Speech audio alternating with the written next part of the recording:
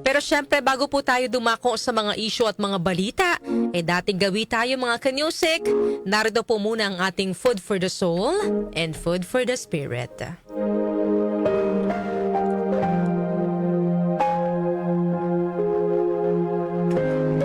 Natapos na po ang Semana Santa, no mga kanyusik? Natapos na ang isang linggong pagninilay natin sa sakripisyo, pagpapakasakit at pagkamatay sa krus ni Jesucristo upang tayo ay tubusin mula sa mga kasalanan. At ngayon naman, ipinagdiriwang natin ang muling pagkabuhay ng ating tagapagligtas. Kahapon, Easter Sunday, nagbigay po ng mensahe si Catholic Bishops Conference of the Philippines o CBCP President Archbishop Gilbert Garcera ukol po sa pagdiriwang natin ng muling pagkabuhay ni Jesus. So ito po mga kanyusik, panoorin po natin at pakinggan ang Easter message po para sa ating lahat ni CBCP President Archbishop Gilbert Garcera. Happy Easter truly is an expression of rejoicing because the Lord is alive. But you know, it is so sad that in the midst of this celebration, this Easter season, we experience war in Ukraine and Russia, Israel, US against Iran, Myanmar, Yemen, Sudan, or maybe we say it's also conflict within the family, or maybe in communities. So the spirit of Easter Sunday must be a moment for us to deepen our understanding of the gift of Jesus to us, which is peace. I remember Pope Leo telling us, "Let there be peace." What was the challenge of Pope Leo as we celebrate today, Easter Sunday? Peace be with you. It is the power of the risen Christ, a peace that is unarmed, disarming, humble, and persevering. A peace that comes from God, the God who loves us all unconditionally. This is my prayer as we celebrate today, Easter Sunday. Let there be peace in our hearts and in our community. Happy Easter to one and all.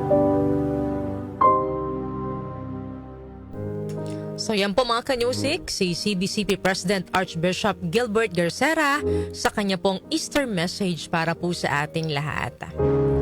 Sa gitna po ng selebrasyon natin ng Easter, hindi po natin maiiwasan na may maramdaman ding lungkot, no, mga kanyusik. Dahil habang tayo po ay nagsasaya sa muling pagkabuhay ni Jesus, may mga lugar naman po sa mundo na patuloy na nababalot ng gyera, karahasan at paghihirap. Tama po yung mensahe ni Archbishop Garcera, no? Binigyan po tayo ni Jesus ng isang napakagandang regalo. Ito po yung kapayapaan. Isang regalo na hindi lamang po para sa ating sarili, kundi para din po sa ating pamilya, komunidad at sa buong mundo. Pero nakakalungkot lang pong isipin na minsan, tayo po mismo bilang tao ang sumisira sa regalong ito ng Panginoon. Dahil po sa galit, mga alitan, at kawalan ng malasakit, nakakalimutan po natin ang tunay na diwa ng kapayapaan.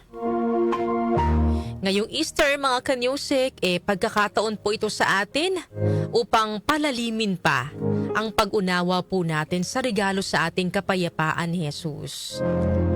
Lagi po nating naririnig yung mga katagang "Let there be peace" o "Peace be with you", no? At kabilang din po tayo sa nagsasabi niyan.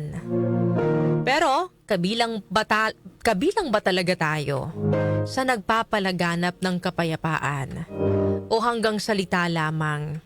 At kahit mismong ang ating puso at isipan ay wala ring kapayapaan.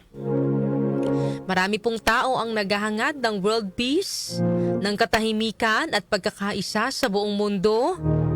Ngunit minsan, tayo mismo ay nagdadala po ng galit, puot at sama ng loob sa ating paligid. Gusto po natin ang kapayapaan, pero hindi naman natin magawang mapatawad ang mga nagkasala sa atin. Ngayong Easter, maging hamon po sana sa atin ang pagsisimula ng kapayapaan sa ating sarili, sa ating pamilya at sa komunidad.